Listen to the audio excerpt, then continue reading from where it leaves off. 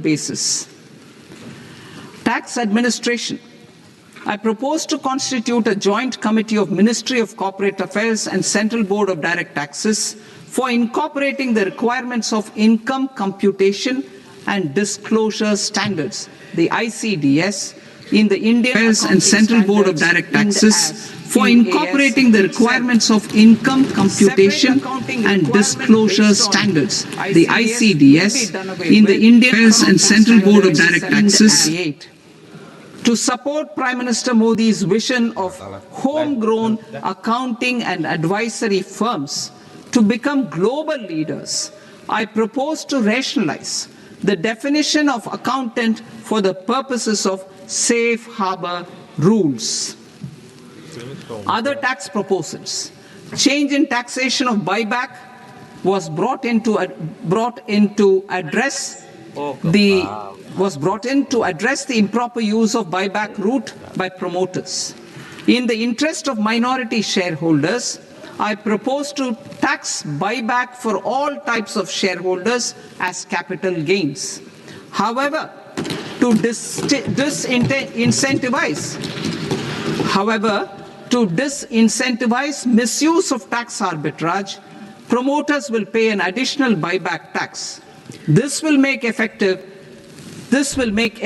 tax 22% for corporate promoters. For non-corporate promoters, the effective tax will be 30%.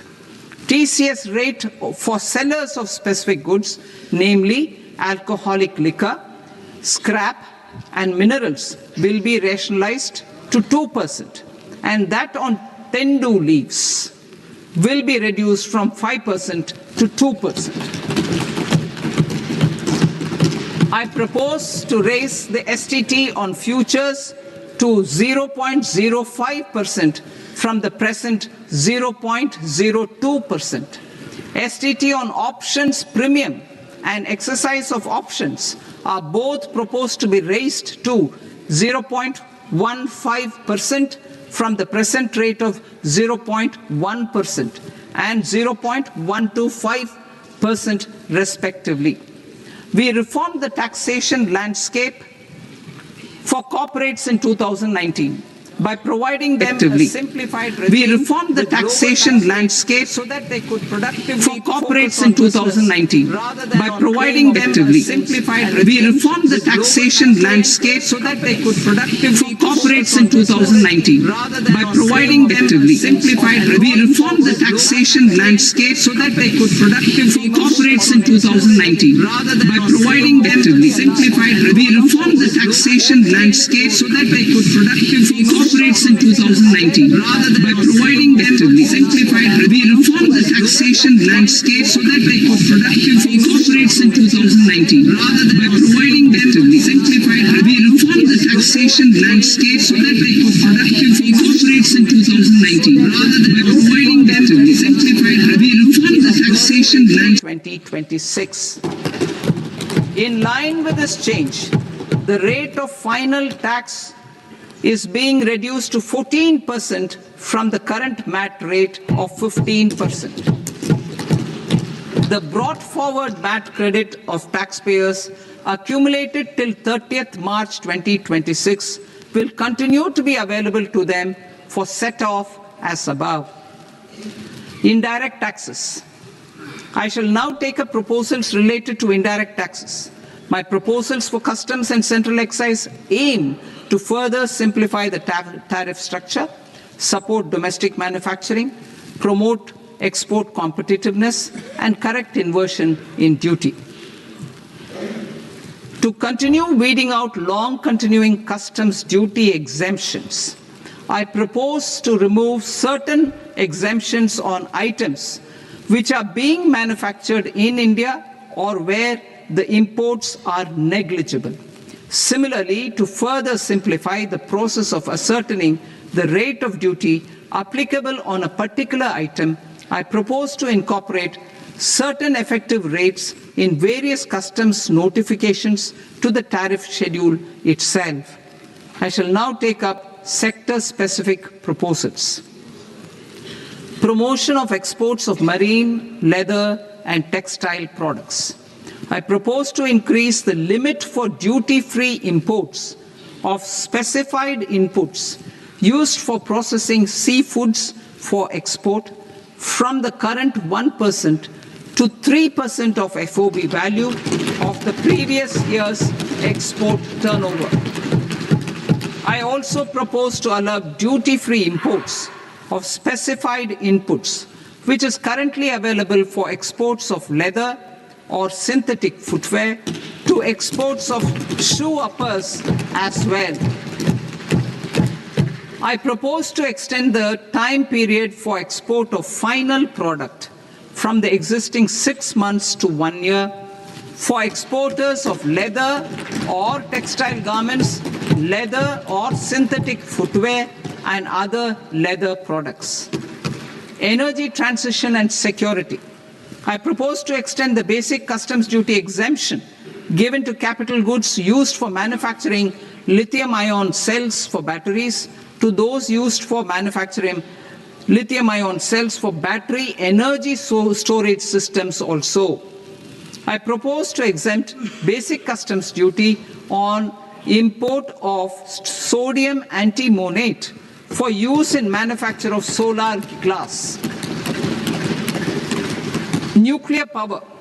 I propose to extend the existing basic customs duty exemption on imports of goods required for nuclear power projects till the year 2035 and expand it for all nuclear plants irrespective of their capacity. Critical minerals.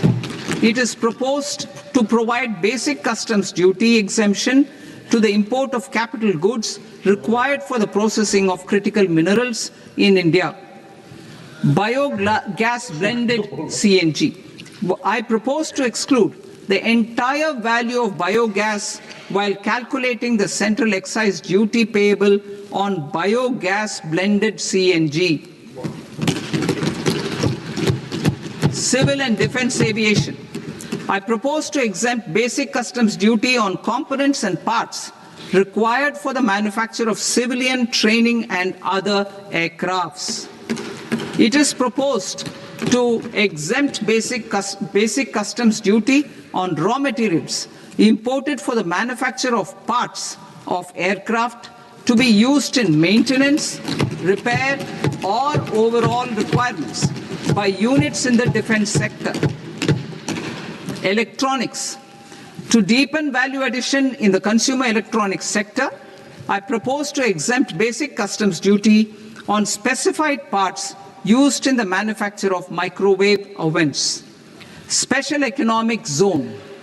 To address the concerns arising about utilization of capacity by manufacturing units in the special economic zones due to global trade disruptions, I propose as a special one-time measure to facilitate sales by eligible manufacturing units in SEZs to the domestic tariff area at concessional rates of duty. The quantity of such sales will be limited to a prescribed proportion of their exports. Necessary regulatory changes will be undertaken to operationalize the measures while ensuring level playing field for the units working in the DTA. Ease of living. To rationalize the customs duty structure for goods imported for personal use, I propose to reduce the tariff rate on all dutiable goods imported for personal use from 20% to 10%. To provide relief to patients, particularly those suffering from cancer, I propose to exempt basic customs duty on 17 drugs or medicines. I propose also to add 7 more rare diseases for the purposes of exempting import duties on personal imports of drugs, medicines, and food for special medical purposes used in their treatment. Customs process. India's role and share in the global trade is poised for a major leap in line with our ambition and journey towards Viksit Bharat. In this regard, I propose many measures for custom processes to have minimal intervention for smoother and faster movement of goods and greater certainty to the trade. Trust-based systems. I propose to enhance duty deferral period for Tier 2 and Tier 3 authorized economic operators, known as AEOs, from 15 days to 30 days. I propose to provide eligible manufacturer importers the same duty deferral facility. This should encourage them to get themselves accredited as a full-fledged Tier 3 AEO in due course. To provide greater certainty and for better business planning, I propose to extend validity period of advance ruling binding on customs from the present 3 years to 5 years. In the spirit of the whole of government approach,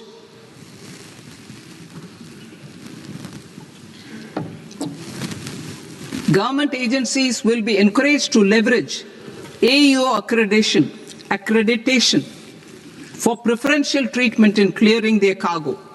Regular importers with trusted long-standing supply chains will be recognized in the risk system so that the need for verification of their cargo every time can be minimized. Export cargo using electronic sealing. Export cargo using electronic sealing will be provided through clearance from the factory premises to the ship. For import of goods not needing any compliance, filing of bill of entry by a trusted importer and arrival of goods will automatically notify customs for completing their clearance formalities. This will enable goods to be released immediately on arrival. The customs warehouse framework will be transformed into a warehouse operator-centric system with a self-declarations, electronic tracking, and risk-based audit. These reforms will move away from the current system of officer-dependent approvals and reduce transaction delays and compliance costs. Ease of doing business. Approvals required for cargo clearance from various government agencies will be seamlessly processed through a single and interconnected digital window by the end of the financial year. Processes involved in clearance of food, drugs, plant, and animal and wildlife products, accounting for about 70% of interdicted cargo, will be operationalized on this system by April 2026 itself. For goods not having any compliance requirement, clearance will be done immediately after online registration is completed by the importer, subject to the payment of duty. Customs integrated system will be rolled out in 2 years as a single integrated and scalable platform for all customs processes. Utilization of non-intrusive scanning with advanced imaging and AI technology for risk assessment will be expanded in a phased manner with the objective to scan every container across all the major ports.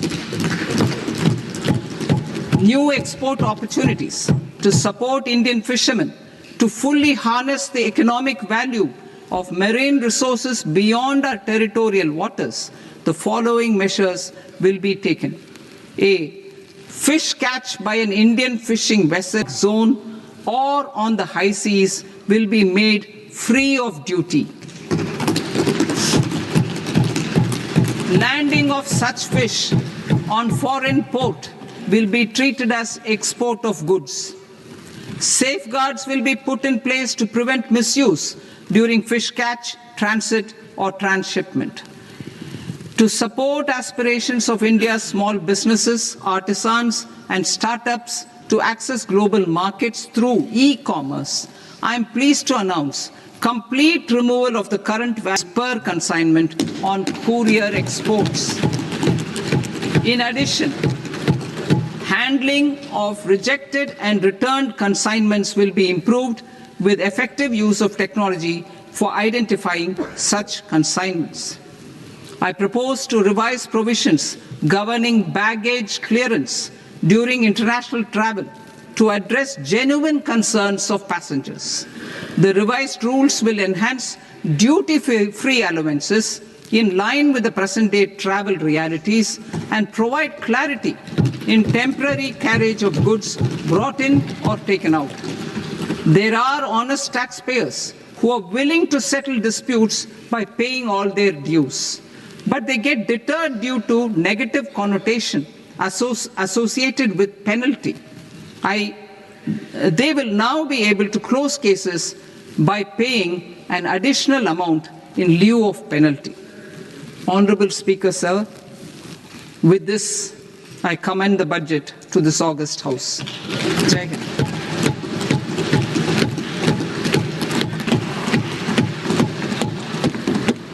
One and a half hours. Item number